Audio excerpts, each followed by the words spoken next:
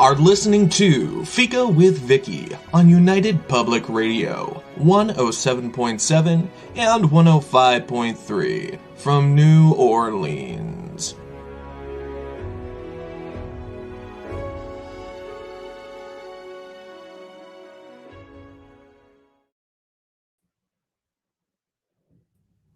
Hello, everyone, and welcome to Fika. If I'm a minute late, I apologize. We were talking in the green room.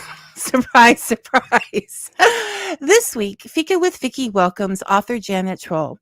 We'll be looking into her books, End of the Line and Something's Burning. And yes, she's won awards and had her work published in prestigious papers and magazines, all of which you can find on her website, trollstories.com. But those things can't be felt the way her writing can. She can take a single kaboom moment in a character's life and turn it into a short story that illuminates their whole life experience. In End of the Line's case, she did it with a whole village and its surrounding landscape. She takes on huge issues, wielding her pen like a sword, chopping at them and creating growth until you are left with open eyes, a busy brain, and the feeling that you are not alone. In short, Janet's writing hit my reading sweet spot, seeing things not from the perspective of those who usually narrate these stories, but from those who live each day to survive the next, who don't always have the resources, freedom, or experience to achieve the dream that we're encouraged to aspire to. And in doing so, she inspires us to live our own lives more fully, knowing we too can find resilience. Thank you for the spark, Janet, and welcome to Fika. Thank you so much. I'm happy to be here. I'm excited to have this talk for many reasons. One, I just like I said, you hit my reading sweet spot with this. I don't know what to call it. I said before, I don't know exactly. I mean, it's literature, your basic literature as it is. So, but it's more than that. I mean, on your website, you say backroads, like rural stories. And I guess that's what it is. But there are stories like that have always just appealed to me. So I'm very excited about asking these questions. But before we get started, could you tell us a little bit about End of the Lines and your other writings? So those listening who may not be familiar can jump in if they like. So this is the book, End of the Line. And I love the cover because this is one of the pictures of that pioneer era that inspired me. So these fellas are, they're hammering in the last spike of the railway that went from Lindsay, Ontario to Haliburton, Ontario. And here they are. It should be about November of 1878. And they... the funny thing is I look at all the plaid. So they got these two guys here have their plaid shirts on. This guy has plaid pants. And you can tell they're Scottish immigrants, Irish immigrants, Welsh immigrants, because it was the time, the era, just like today, much like today, when people were on the move all over the world. The emigration numbers were really high. There were people being persecuted for their religion. There were conflicts. There was even a volcano in Iceland that sent hundreds of immigrants to Canada. And why come to Canada? Because we were giving out free land. We were just a new country, confederated in 1867. And we were trying to populate the country and move people inland into the wilderness area away from the American border. We were a little nervous about our American friends at the time. But anyway. Due to situations 60 years earlier. Some things don't change. And some things do, fortunately. But anyway, this opportunity was 100 acres for free if you could settle and build a farm, start farming, and after 5 years, you owned the land outright. So lots of people came, even if they weren't farmers. They thought, how hard could it be to start a farm. But of course, they reached Haliburton and found out that Haliburton is mostly rock and dense pine forest. And so it was not easy, especially when they arrived in November and had the harsh winter in front of them. So this story is really about building a community out of nothing. There was a small community there, incorporated in 1865. So they already had a school and a church and a town hall, a couple of hundred people who'd built a mill and started things. And you can imagine how they felt when the trains started coming in with all these strangers, people who didn't speak English, people who were illiterate, people who arrived without resources at all, with a winter ahead of them. And so there was conflict, and there were barn burnings, and there were people taking advantage of the illiterate by having them sign documents that they didn't really know what they were signing. And in a great way, the government took advantage of them as well, because it seems like a simple thought to just, I have 5 whole years to build, to clear land and build a cottage, and I'm jumping in there, and it wasn't such an easy thing. No, it was not. And there were business people behind it investing, mostly business people from England, our colonialist past. So they were expecting to make a profit. They did not make a profit in Haliburton. They did not make a profit building that railway from Lindsay to Haliburton, because they hadn't expected how difficult the terrain would be. So that's how Haliburton got to be the end of the line. The railway was supposed to go all the way up to Ottawa, and they just said, once they got to Haliburton, they said, no more. We're broke. We're not going to go one more foot. Well, it's beautiful land. It's just not practical land. Like it's a beautiful area, and I mean, it's much the same today. People vacation there in the summer and say, that's it, I want a cottage. And then they spend a winter and say, not anymore. Right? Yes. Oh, that's so true. And that happened in COVID quite a bit. People were amazed to come up and find a beautiful spot on the far side of a lake, and then realize how hard it was to get to town in February. And the Wi-Fi is really not that reliable. Surprise, surprise. So, well, with all the rock and the granite from the Canadian Shield, it would just knock it right out. Yeah, I never thought about that. There's no. Well, I read End of the Line during the last little snow kabuffle we had back in January, and I just sat there with a blankie going, I'm so lucky. I'm so lucky. Like, there's nothing like reading something from the 1800s to make you realize just how easy we have it now. It was hard times for sure. And also, in the book, I talk about the fact that you're in this new environment, and you don't have your sisters and your cousins and your dad. They're all back in the old country. So these were a town full of strangers. And who do you trust, I think, is the idea that I wanted to examine when I was writing the story. Because there wasn't a police force at the time. It was basically, I was just thinking that it was basically lawless. Like it was like instead of the Wild West, it was the Wild North. And there was a justice of the peace that rode through town every month or so. But for the most part, you had to settle arguments on your own. And so I think that's, how people found their place, whether they went to the barber shop and asked advice from the barber, or the mercantile. And also in this story, there was a community of women up on the ridge known as the Nunnery. And they were kind of the wise women who had healing. They ran something of an orphanage for children that may have lost their parents, and something of a women's shelter for women who were lost or misused. So depending on who you were, you'd go to these different places in town for advice. Yeah, they were sort of like the social network for the town, for anybody that felt displaced, and that was pretty much everybody. So an interesting note, usually, as I said, we hear these stories of the towns growing and everything, and we hear it from the bank and the people who are on the statues, and they the names that remained on the roads, from that perspective.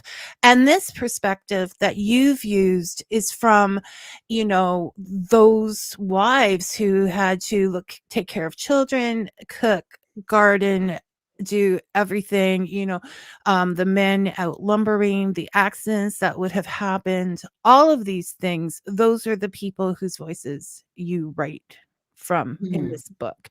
And what inspired you to do that? Why those voices? Well,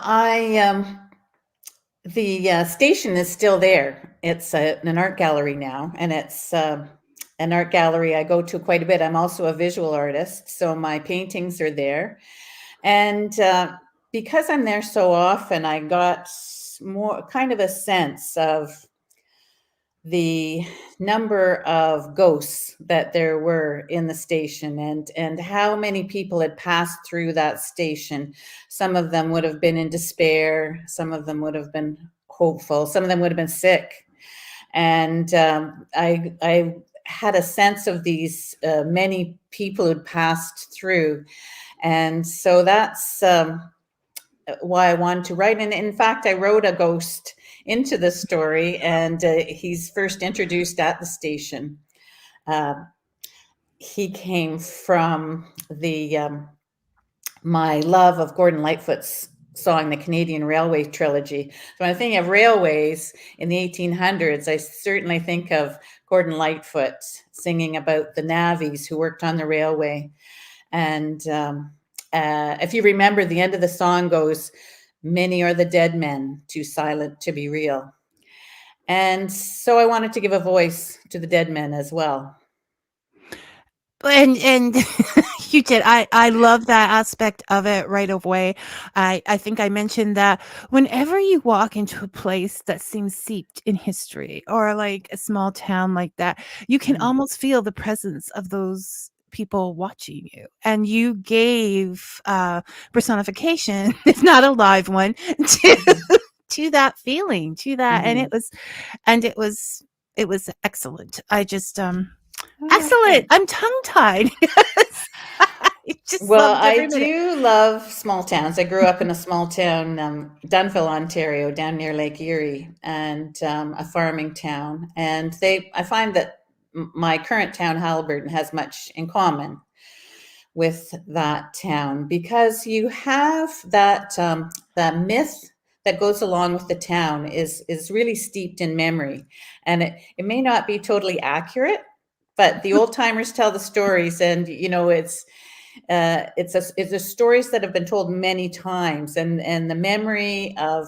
the hardships that they went through, and the big flood and the big fire and things that happened. Those are all part of the myth of belonging and building community and helping each other, and it's kind of building a fortress in a way around those people who share those same memories.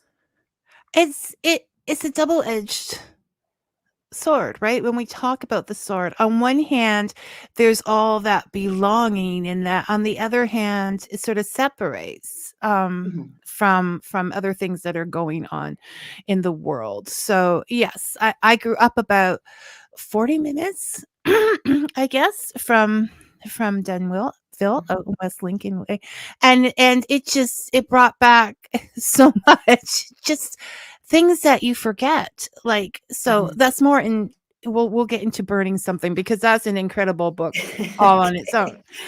Brian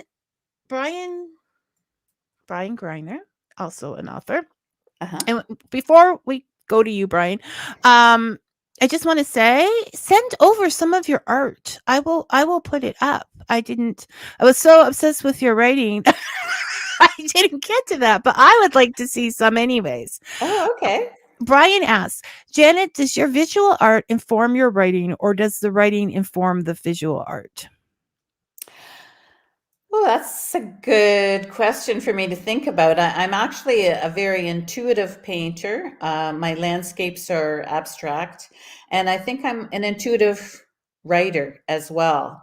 And when I get in the zone in either one, I feel like I'm just kind of channeling ideas that are maybe subconscious sometimes. So neither nor. Both in some And way. Brian's a regular. We can talk to Brian however we want. Sure. um, Brian, is the historical lore in your area mainly verbal, or has it been written down over the generations? That's a great question. It is mostly verbal, and Ona, who runs the Nunnery, um, she's of mixed ancestry. So she has a grandmother who's Ojibwe and a grandfather Scottish. And so both those traditions are oral traditions, storytellers, and I think it's really important to see that a lot of the stories that Ona tells up on the ridge are based in landscape, in environment, in lore, and very very much the grandmother sitting around the fire telling about the past. So, absolutely. And I was good because any historical fiction takes research, Mhm. regardless of what you've heard before or whatever. Mhm. I mean, especially if you live in that area. If you get it wrong, you're going to get called out. So Yeah. you want to be extra, extra sure.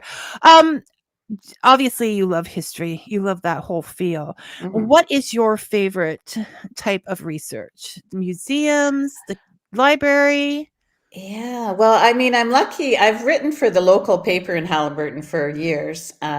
So I already knew that writing for the paper, you want to be accurate and you want to be kind. And I always would, if I was writing about someone in town, I would send them a copy first. We fact check this first for me because I don't want to make any mistakes. But when you're writing a story, there's a lot more freedom.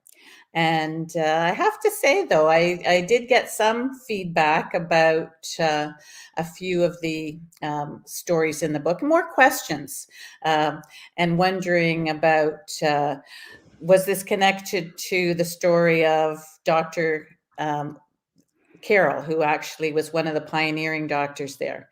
And so it's it was interesting to see that people were making connections, but mostly understood that it was historical fiction and that I was taking some leeway.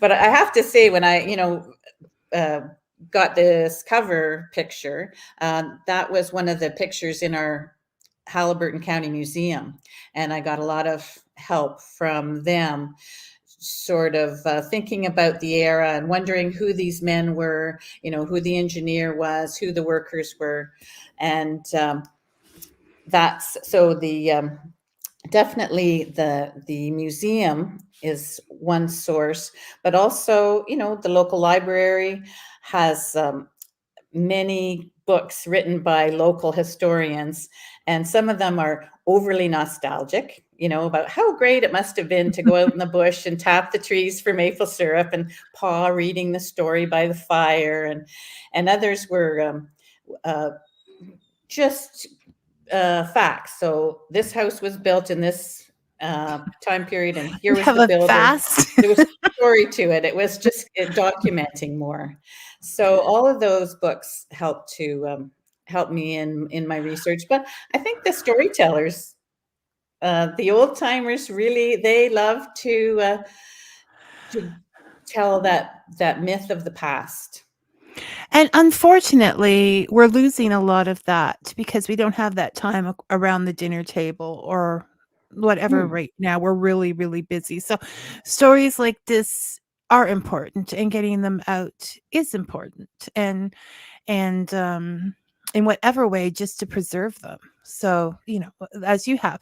But when you mention those local historians, like travel across Northern Ontario, and I love those books. Like we collect those books. I don't know if there's still a thing really with all of the ebooks and things going on, but I just always loved them because they had, I don't know, they have something Oh, they're that treasures. you would miss. Yes, yes. Definitely They're treasures. just fantastic.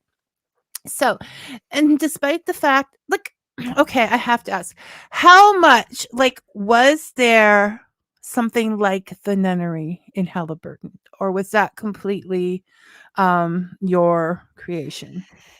Well, I took stories from different time periods. So from the 40s, 1940s, from the 1920s, from the 1960s, and characters. And I reimagined them as they may have been in the 1870s. So yes, there there was a community of women, and with reputations that were questionable. They were marginalized. There was suspicion that they may have not been Christian women. And so, yes, it's a shock, I know. Maybe witches. So there's always that group of women. And so, yes, they gave me that little spark to write about them. But the other thing that sparked my interest in Ona McLeod, who is the crusty woman that kind of ran the place, I love was Ona. the fact, thanks, was the fact, I love Canadian literature, and Jane Urquhart often had women characters who were definitely part of the landscape. They were connected to the land and the forest and the lakes. And so I wanted to have that character who was connected to the land, and was able to share that with And she was people. part of the changing landscape, not only with her heritage of being part, give me the tribe. Ojibwe, Ojibwe. I should have known with the area. Okay. Part right. Ojibwe and part Scott. Like Mhm. those were the basics. So her and that she was watching the changing landscape. She stood on the hill and she Mhm. watched, and she mixed the best of both of those, the ability of her frugal grandfather and Mhm. her grandmother, who was a nurturer and Mhm. about nature, and used the one to save the other as much as she possibly could and to help others. So I mean, she's a goddess in her own right. That's that's right. She definitely was. Yeah, I like her because I like the idea that she was a woman that was in the moment, and she was born into an era, and she knew she couldn't change things. She was sad about the destruction of the old growth forest and the pollution of the lakes from the mills, and she was, all those things are dead and gone, and she knew she couldn't save them. So if when you're born into an era, you have to make the best of it. When we used to say, play the hand that you're dealt, and Ona knew how to play the hand she was dealt. Well, and survived and Mhm. survived and helped other people to survive. That wouldn't, because this is what I said in the opening. The resilience of these people is just amazing. Like, Mhm. no, we couldn't do it. We No, just we could couldn't. not. And they just kept on going every day, like just, to get up and do the whole thing the next day.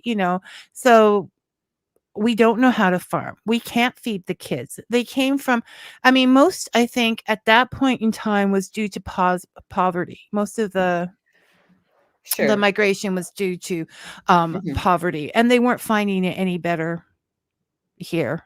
Um, No, it wasn't that dream, and I think immigrants today are so disillusioned as well. It's you come to make a better life for your family, and often it's not possible. No, it's just, the land of, okay, Jason. Thanks for listening, Jason. Just discovered your work and can't wait to read End of the Line. I grew up just over the border south of Buffalo, but spent time each summer near Algonquin Park and then lived in Toronto for 2 years. Thank you. So, yes, Jason, and in Burning Times, I believe Buffalo is mentioned.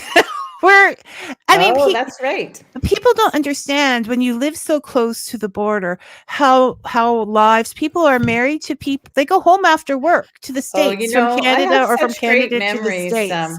Yeah, when I was 10 years old, there was a huge fire in our downtown area. My dad owned a hardware store, so he was jumping out of bed at 3 a.m.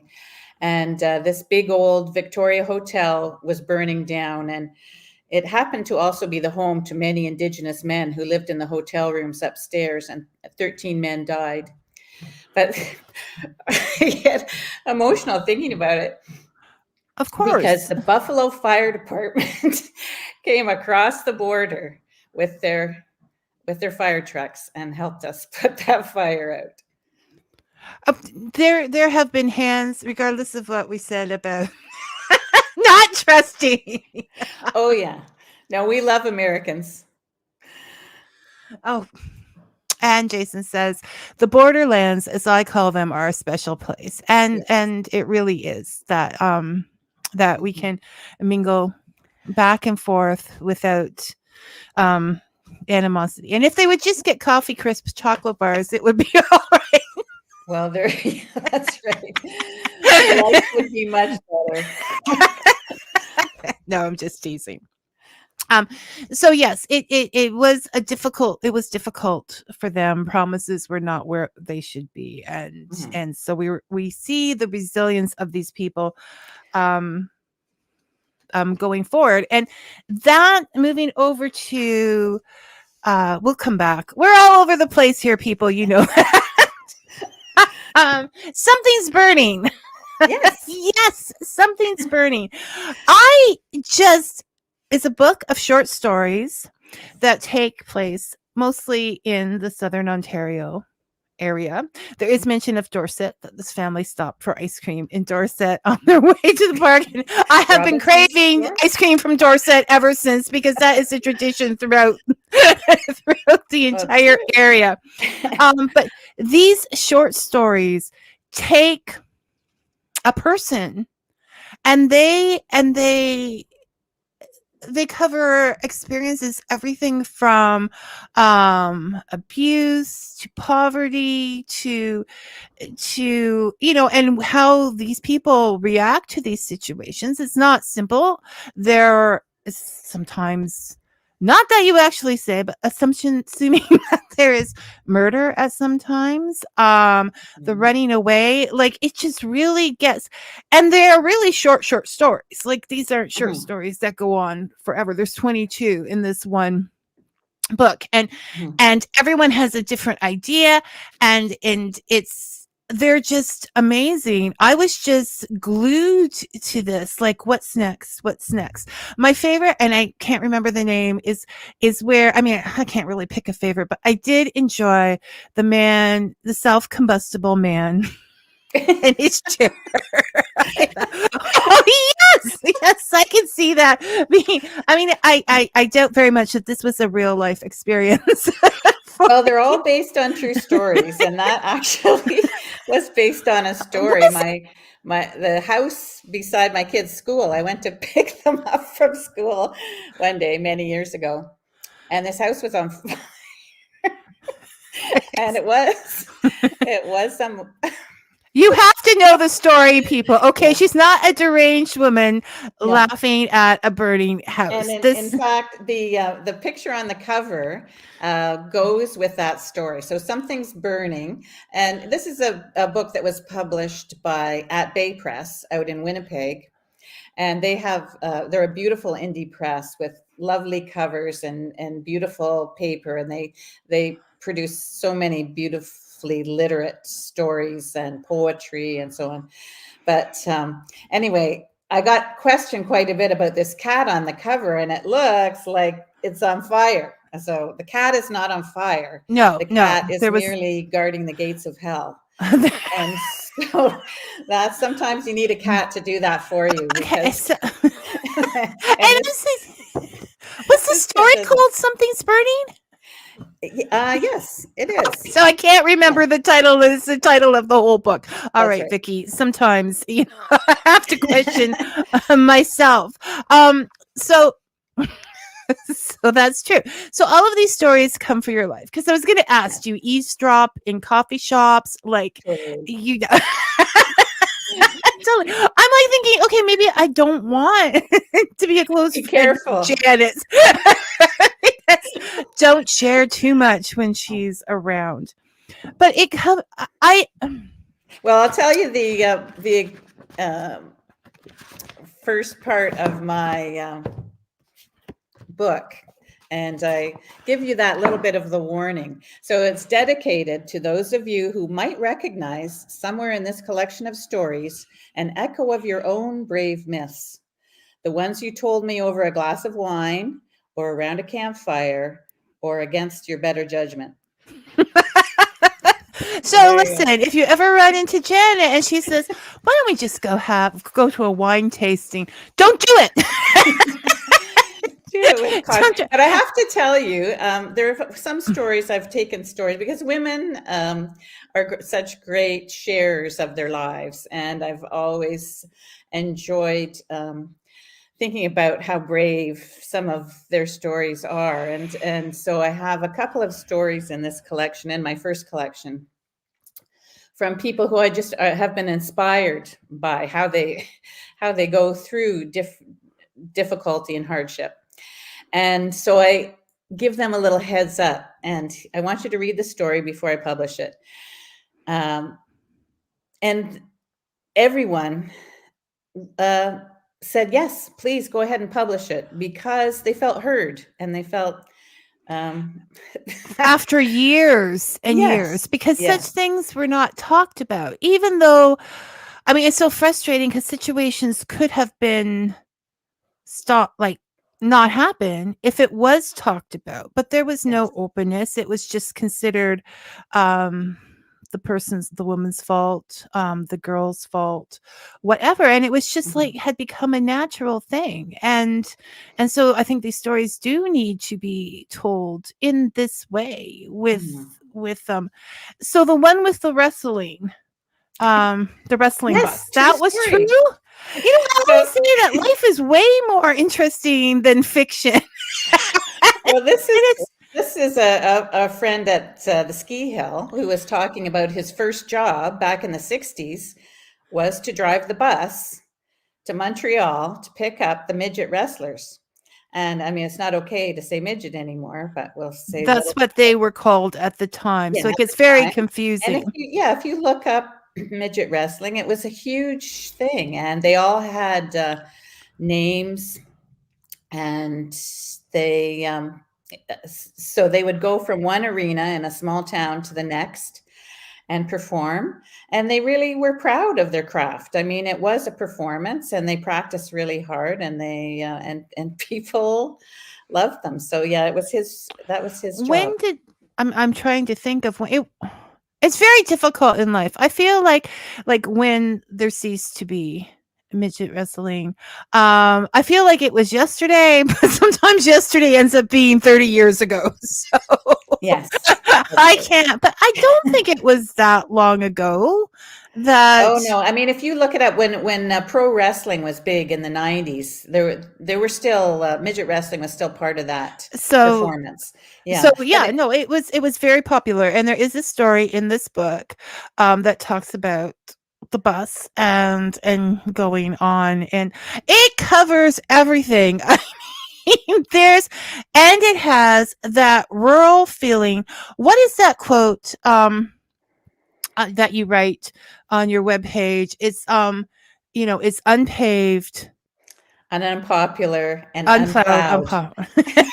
Because up in Haliburton, if you have an unplowed road, you don't get out for weeks. Well, even in West Lincoln or that whole area, you were still cut off. Like I remember during the big blizzard, 77, I may have been in high school at that time. I don't like to talk about it.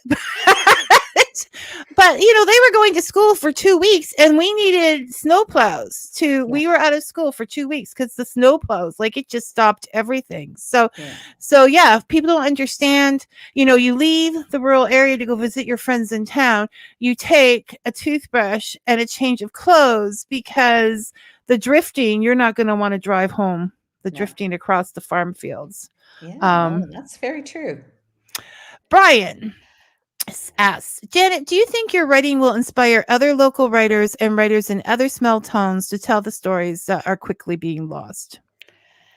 I I hope hope so. so. I teaching a writing course at Fleming College this spring and fall, and that's what I am hoping to do is share that idea that we have to tell the stories, whether they're memoirs or whether they're stories that we've heard, because there are so many people who want to share their stories, but writing them down is a challenge. So we definitely want to encourage that. And we I wanted to say, I wanted to ask, I wanted to get your opinion. Mhm. Okay, All because of this has been those. on my mind. Because as I mentioned, I have to do interviews. So um I I do not think that locations, say for example, you wrote about West Lincoln, you wrote Mhm. about Mhm. Southern Ontario, you wrote about Haliburton, that these books, people should think that they aren't going to get anything out of these books if they don't know the area and they don't know the Mhm. people, because there is a common experience. The settlement of Right. Haliburton Mhm. would I know that I've talked to Taryn S., which is a conjuring witch from South Carolina, and I think down there. But when she talks about some of the things in the book and that, I can feel them because I grew Mhm. up in a rural area, right? Mhm. So these things would be would still get that feeling if you were in a Oh, rural I think area, if you're so. And I think everybody has their own small town, even in a big city of Toronto. My friends who live there are part of a neighborhood, and Toronto is a city of many small neighborhoods, and they're all your small towns. That's, you're the bake shop where you go to meet with people for coffee. And so I think, yeah, we can all identify, and worldwide as well. I think the part about belonging is sort of understanding the code for the town where you are. And I remember being in Cyprus with friends of ours, and the code there meant that you ate whatever you were given, and that you ate late at night, 10 o'clock at night. They were still bringing us food, even if you knew you weren't going to be able to sleep. You were going to eat together and sit together, and uh, that's um, that's the important, I way it think, to was. honor the wherever your small town is. It is, and it's something like I haven't been out to where I grew up for a while, and I'm sure there are many more roads, many more paved roads. I mean, every time I venture into the world, it's like, no, that road wasn't there before. That whole world wasn't there before. Right. So we lose them. But when we talk about the codes, that's why the stories are so important. The reasons. I think that we're losing a lot of the reasons behind things with the changes. It's not saying they were good, which is what I love about your book. There's no judgment based. It's up for us to decide whether we're comfortable with something or something is comfortable. You just, they're not Mhm. facts, but you just lay the circumstances out there. I think is what it is. And but That's right. And I think that, the stories are about people who don't let their tragedies define them. They move along, and they understand that all of us really have challenges. All of our families are messed up. All of our lives have ups and downs and ebbs and flows. And if you can empathize with others when they're going through hard times. I think that's the best. That's what I say. When you finish reading these books, though I've never been on a wrestling bus, but you don't feel alone. Because Oh, these that's are the nice. stories that resonate with Mhm, everyone, that are mhm, not told, that are sort of, as much as there is the code in a small community, mhm. whether, a block in the big city or whatever, there's that code of things you don't say, Right. that you don't Yes. talk about. Yes. And there's the way to talk about people, and the way that you're not in a hurry to get to the point. You're going to ask how your mom is first, and uh, it's a more of a leisurely approach to being with people in the moment. So, Well, there are some things that you brought up about that really, you forget as you get older. But we were talking about change, because there has been a lot of change in the world. Like, forget, our parents, we had to walk to school. Whatever. No, we're talking like we went from having 3 stations to like VCRs to yeah, streaming and Bewitched anytime we wanted to. yes, To like, and then also the social changes and those things, from like things that weren't even discussed in front of me, to there's been a lot, okay, mhm, and sometimes you get tired, but it talks about how you're a brave woman. You talk about how the change and the thinking is difficult for people, and it can't mhm, be rushed sometimes. It's not a mhm. matter of liking or disliking. It's just there's so much there, and backstory that is just white clean. Yeah, I'm so proud of people actually for bearing all the changes, social changes that we've had in the last 40 years, for example. And it's difficult. And when you talk about small towns, and people used to put up the ramparts in their small towns and sort of complain about the tourists in the summer, but now the ramparts are being breached from within. It's when the young generation um, does things and behaves in a way that the parents and grandparents just cannot understand, but they try so hard, and I am proud of people they for the are work that they've put into trying to understand.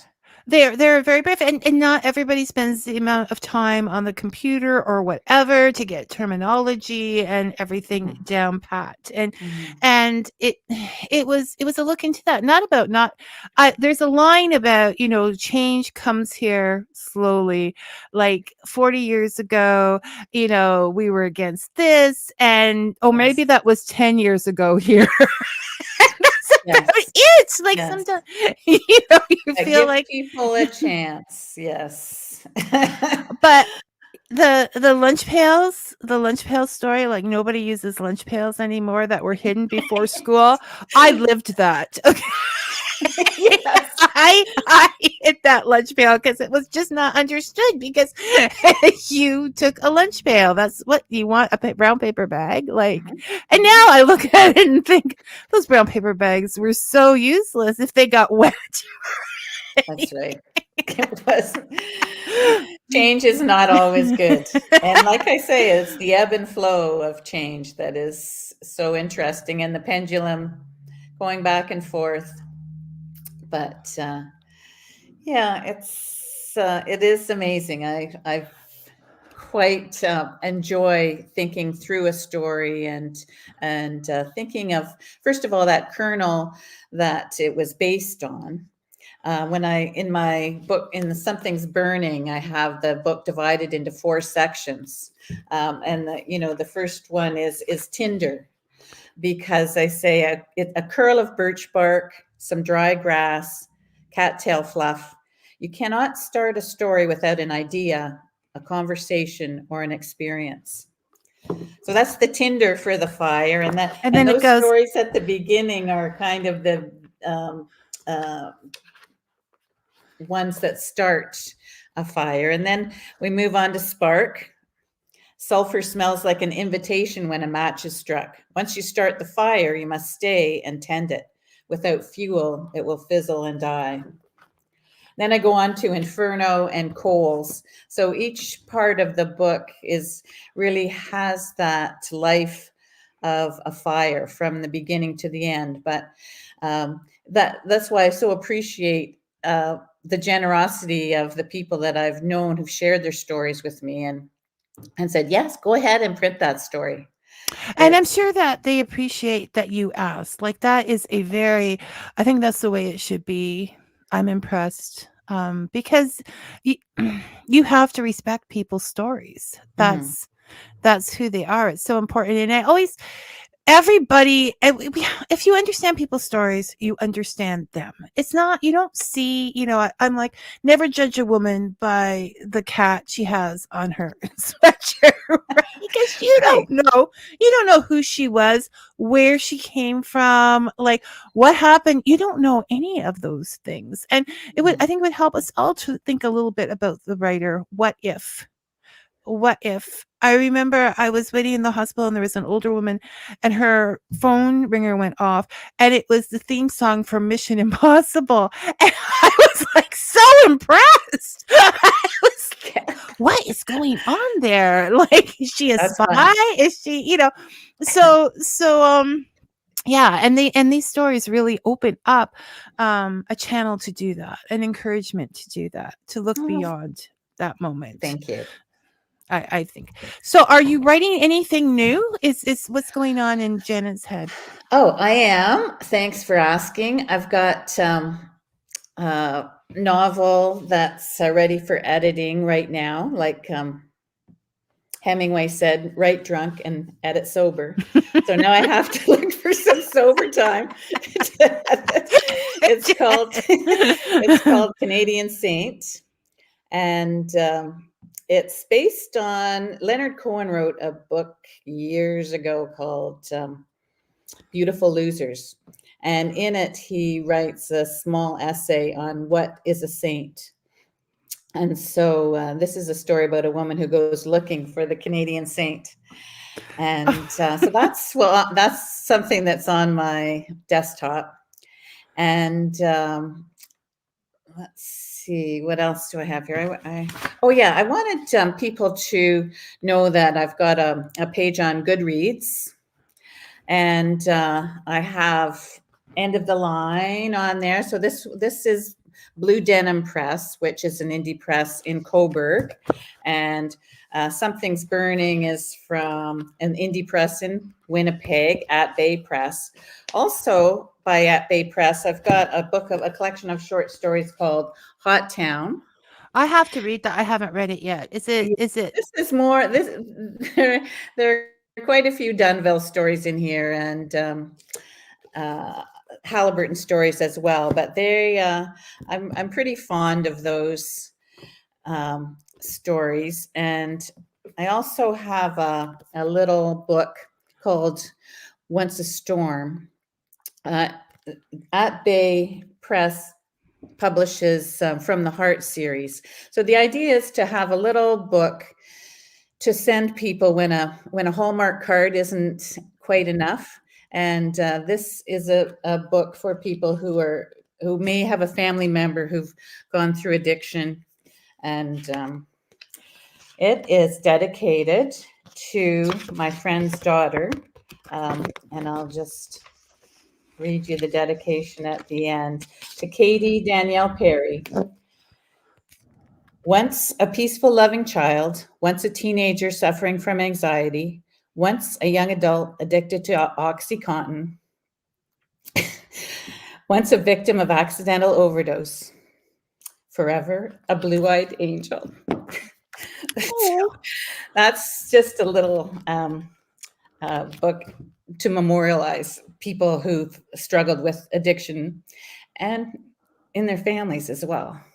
You That's cry on a his lot site when as you're well. writing, don't you? I envision you being the writer with the Kleenex box beside the computer, which is good because it said if you're not crying, it's not worth writing. That's I've read that. So okay. Hubby would like to know, did you ever come across the story that you brought that last one, but we were Mhm. not able to bring to paper because it was just too much, too brutal? Yes, and I keep those on my laptop because I realize that yeah, sometimes that's where they must stay. But I find that when you do write a difficult story, the good thing is that you get it out of your head and onto paper, and then you're not waking up in the middle of the night thinking about it. So And absolutely, great advice if you're living a yes. really difficult story. I know if I can't sleep, I have to get up, and if Mhm. once I write it down, it's been put someplace, right? Yes. That Yeah. that's so Yeah, it's on the paper and then out of your perseverating mind. So, right, right. yeah. It's important. You've told somebody that, even if it's your journal Mhm. or the computer. So what you're going to be teaching this spring at Yeah, Fleming? it's a course called Welcome to Writing, and this is really what I want to share with people is that you get things down on paper, whether it's a memoir or a story, a novel, a poem. So we'll be practicing that at Fleming College in Haliburton, and yeah, that's. I'm also going to be helping out with our local Haliburton literary festival called Bookapalooza this summer, and didn't choose the name, but it is unforgettable. Once I like it. it does make it stand apart from other literary festivals, Well, and also I'll be helping with the Northumberland Festival of the Arts down in Coburg, and Gritlit in Hamilton. so So, yeah. this is one of the Fika things is, as we think about the title of that book, is that sometimes people get it in their head that reading is like academic and you have to read certain books, but reading is fun and it should Yeah. be a party. So I'm loving the Yeah. name. Well, that's one thing I tell people is you can't be, you can't be a reading snob.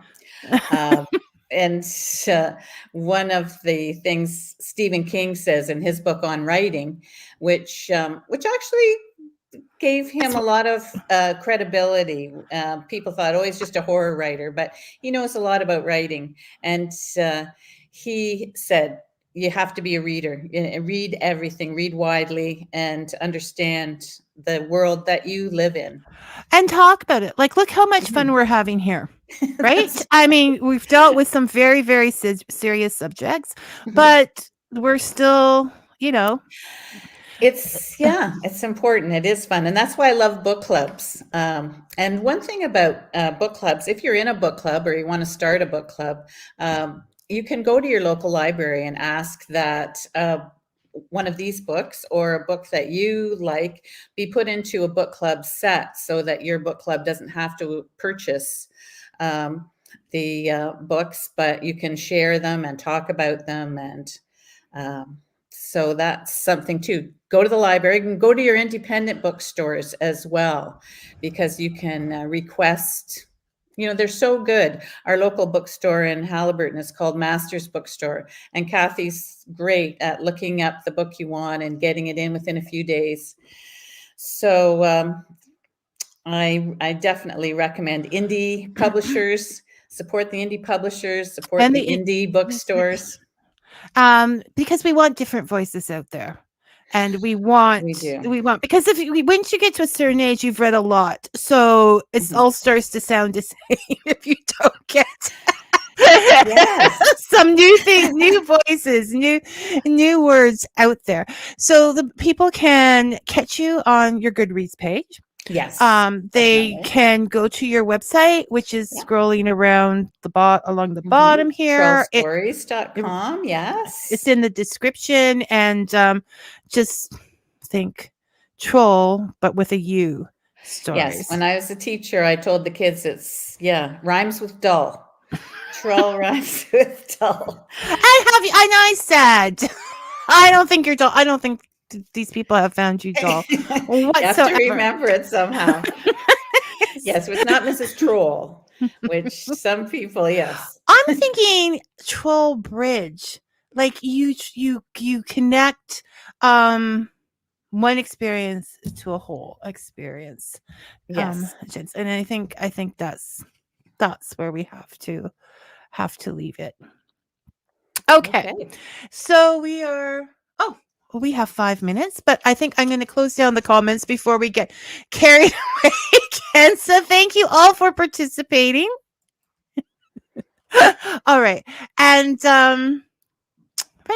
And thank you. Thank you so much for coming today, Janet. I was so looking forward to this. I would have had I get a pile large of reading, but as soon as I read the synopsis, the back cover for that book, I knew I wanted to read it. The cover and everything just put me in. So people go and check this book. Thanks very much. And just to end, I'm a great fan of Anne-Marie MacDonald, another Canadian author, and she is sometimes also accused of writing dark topics. I don't. I was going to tell you because you had that. Yeah. You had that quote you put on the bottom of the book. Yeah, that's right. And it almost felt like you were saying, okay, take this, but this is my warning. so brilliant at saying, if there is a character left at the end of the story to tell the tale, then it's a happy ending. Yeah. So, if you can survive this life and still talk about it and be in the moment with your friends, that's the goal. And so you think we should go out and check Anne-Marie as well? Is Oh yeah. Well, I am a great fan of Canadian literature. So again, no, I think I should have. That's why book clubs are so great. Well, yeah, and also we have. I mean, I have found doing this show. I've always been a free range reader. Like I don't do lists and things. I just find whatever with no. But I have gone into some genres and things that I might not necessarily have gone into, and have found myself really, really impressed. Like, yes, oh, this is interesting. So you never know unless you try it. So hopefully it's already the end of January that you'll be able to be sober enough to edit by April. That's right. Curling's over. Just throwing all the stereotypes in promises. There. So and we'll be looking forward to that next book. Thank you, Janet, and knock on the Fika door anytime you want to. I just love Thank you. Time. So you take care. I will. Okay, bye-bye. Take care. Bye. Okay. Once again, end of the line. Check it out because you are going to love this book. Everybody. So anyways, I will see the rest of you next week. Until then, may your coffee be hot and your story sweet. Thanks for listening, everyone.